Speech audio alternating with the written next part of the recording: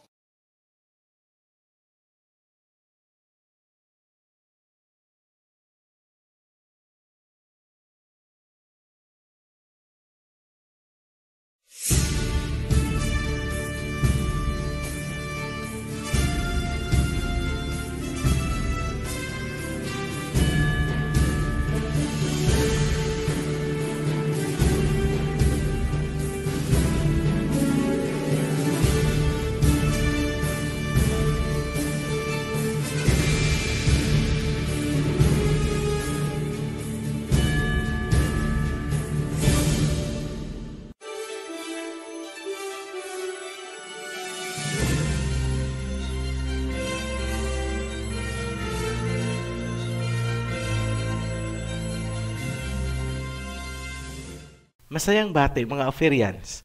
Andito na naman po tayo para sa isa na namang makabuluhang pagtatalakay. Muli naming pinapaalala, panoorin po muna ang part 1 ng Rivers of Genesis kung hindi pa ito napapanood. Nakalagay po sa description ang link. Hindi nyo po maiintindihan ang video na ito kung lalaktawan ang part 1 or introductory video. Makakatulong din sa inyong pagkakaunawa kung panonoorin din muna ang gihon at parat videos. Gagamitin pa rin natin ang patnubay ni Propeta Isaiah kung saan sinabi niya na sa tuktok ng matataas na bundok ay rivers and streams. Ito po ang unang segment ng Hiddekel.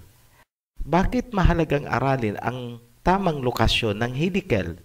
Ito ay dahil meron siyang mahalagang papel na gagampanan sa huling araw. Mga mangyayari na dapat paghandaan ng mga believers dahil yan ay nauugnay sa magaganap na digmaan ni Gog-Magog. Sinasabi sa Biblia na ang Hiddekel ay matutuyo upang magbigay daan sa Kings of the East. Dito rin dadaan ang 200 million horsemen galing sa silangan. Isa pang babantayan ay ang pagkakaisa ng mga tunay na Hebreo. Uuwi sila at magtitipon sa Afrika kung saan nanggaling ang mga ninuno nilang Hebreo noong transatlantic slave trade. Yan ang katuparan ng salita ng Ama na iipunin niya ang kanyang Israel mula sa 4 na sulok ng mundo. Ang sabi niya, I will gather my people, my remnants, my Israel. Saan niya po iipunin? Beyond the rivers of Cush. Ang rivers of Cush ay gihon ng Genesis. Unti-unti nang inihahanda ang pag-uwi ng mga blacks sa Africa from the four corners of the earth. Gumaganda na kasi ang ekonomiya ng Africa. Hindi na sila yung dating nagugutom na bansa. Dito nyo po makikita ang wisdom ng Ama kung paano niyang ginamit ang mga kapatid nating Inchik upang makabangon ang Africa at upang makauwi na ang mga Black Hebrews. Ang katuparan ng propesiya na iipunin ng Ama ang kanyang remnants ay ginagaya-gaya din ng mga artista. Hinahanap nila ang mga lost tribes of Israel at dinadala sa kanilang lugar. Yung mga lalaki ay ipinapasok sa army. Bumalik tayo sa Hiddekel. Sa panahong nakasettle na ang mga Black Hebrews na manggagaling sa 4 na sulok ng mundo at naipon na beyond the rivers of Cush or Gihon, saka magsisimula ang pangyayaring hahantong sa final showdown ni Gog-Magog. Kasabay niyan ang pagkakatuyo ng Hiddekel. Nakahanda na rin ang 2 witnesses at ang kanyang mga horsemen galing sa east. Ganyan ang papel na gagampanan ng Hiddekel at Gihon in the last days. Huwag na magtataka kung bakit inilulubog ito sa ilalim ng ocean ng ibang mga preachers. Simulan na nating tukuyin ang Hiddekel. Unang lumabas ang salitang Hiddekel sa Genesis chapter 2 verse 14 na susulat, And the name of the third river is Hiddekel. It runs along the east side of Assyria. Klaruhin po natin, ang tinutukoy ng Biblia ay ang ancient Assyrian Empire at hindi po ang modern-day Syria na naitatag noong 1946. Magkaiba po ang lupain na sinasakop nila. Dito sa mapa, ang Assyria at Babylonian empires ay yung kulay orange. Sinakop ng empire ang Nile River at Nile Delta. Importanteng pansining mabuti na ang Tigris at Euphrates ay nasa loob ng Assyrian Empire. Busisiin natin ang posisyon ng Hiddekel kung ibabase natin sa Assyrian Empire. Malaki ang kaibahan ng mga nakasulat sa iba-ibang versions ng Biblia. Mapapansin na may mga versions na ginawang Tigris ang Hiddekel at ang Parat ay ginawang Euphrates. Ang Septuagint version ang naglagay ng Tigris na dapat sana ay Hiddekel. Samantalang, nanatili ang salitang Hiddekel sa maraming English versions ng Biblia. Nagkaroon din ng magkakaibang paglalarawan ng Hiddekel kumpara sa posisyon nito sa ancient Assyrian Empire. Diyan nagsimula ang maraming kalituhan. Ayon kay King James, ang Hiddekel ay toward the east of Assyria, sa Tagalog, papunta sa silangang bahagi ng Assyria. Sabi naman ni American Standard Version, in front of Assyria ang Hiddekel, sa Tagalog, nasa harap o nasa tapat daw ni Assyria. Sabi naman ni Berean Version, it runs along the east side of Assyria, sa Tagalog, nasa silangang gilid ng Assyria. Kung susumahin natin, ang Hiddekel ay patungo sa silangang bahagi at ito ay nasa labas ng Assyria.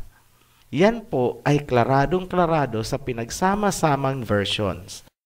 Sa makatuwid, ang Hiddekel ay hindi maaaring maging Tigris. Bakit? Kasi po, ang Hiddekel ay nasa labas ng Assyria, samantalang ang Tigris ay nasa loob ng Assyria. Klaradong-klarado po yan.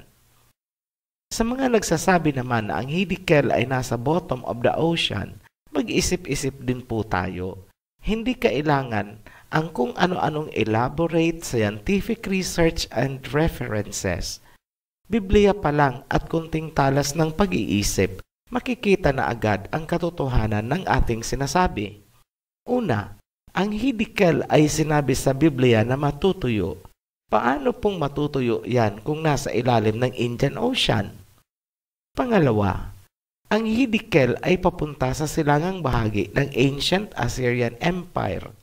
Pansinin niyo po na ang ancient Assyrian Empire ay hindi isla sa gitna ng Indian Ocean.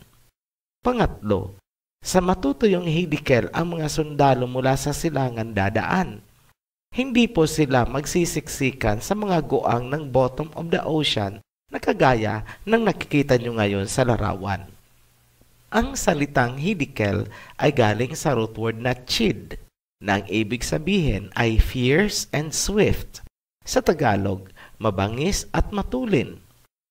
Yung isang root word ay dakil, na ang ibig sabihin ay branch o sanga sa Tagalog.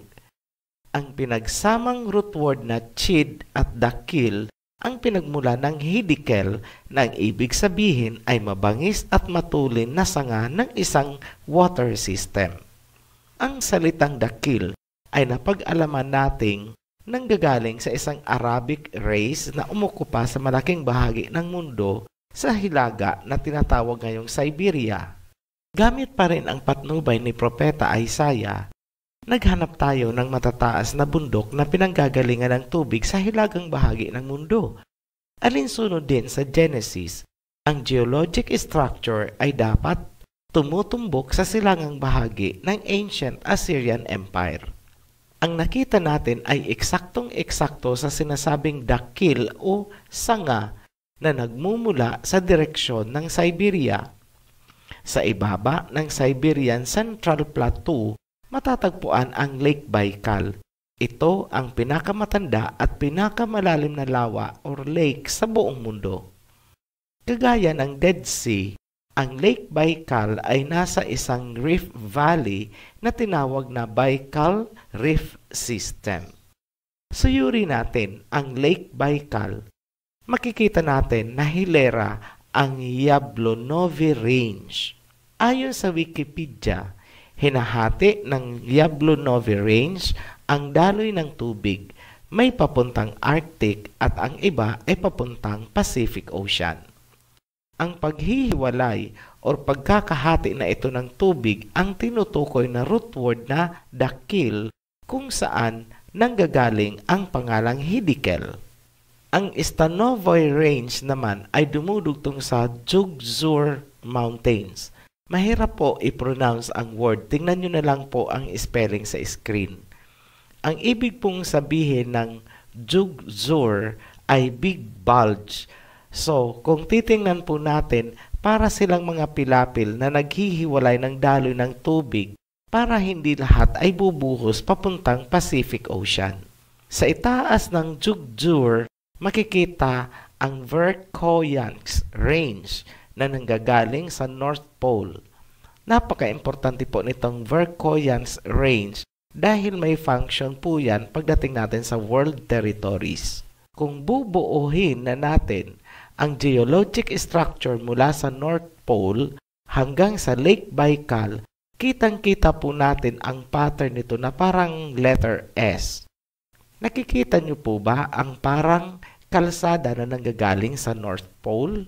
Lagyan po natin ng berdeng guhit at ilagay natin ang mga mountain ranges para makita nyo ang direksyon hanggang sa Lake Baikal. Ang Hiddekel po ay mula sa pinagsangahan kung saan ang tubig ay nahati dahil sa mga mountain ranges. Pagdating sa may Lake Baikal, nadadagdagan ang tubig nito nang nanggagaling sa Baikal Mountains.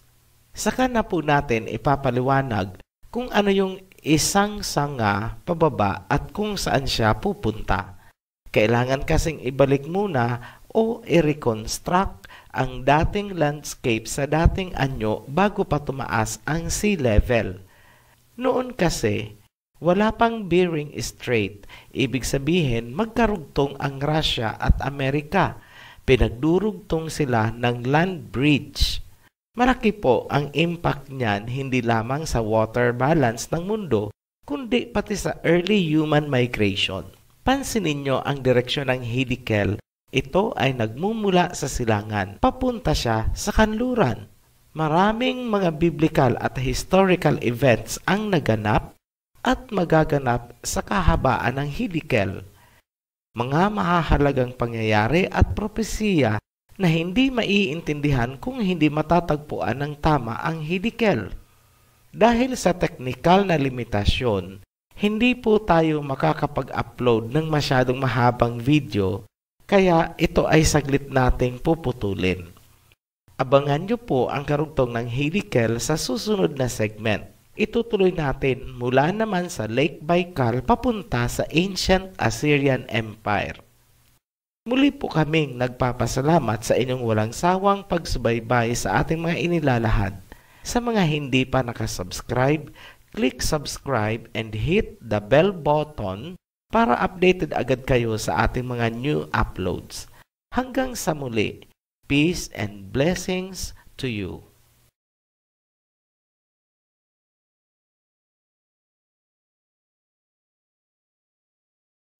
Maraming salamat po sa inyong panonood at pakikinig ng mensahe. At kung kayo po ay may mga katanungan, paki-click po ang link sa ibaba at paki-like and share na rin po. Maraming salamat.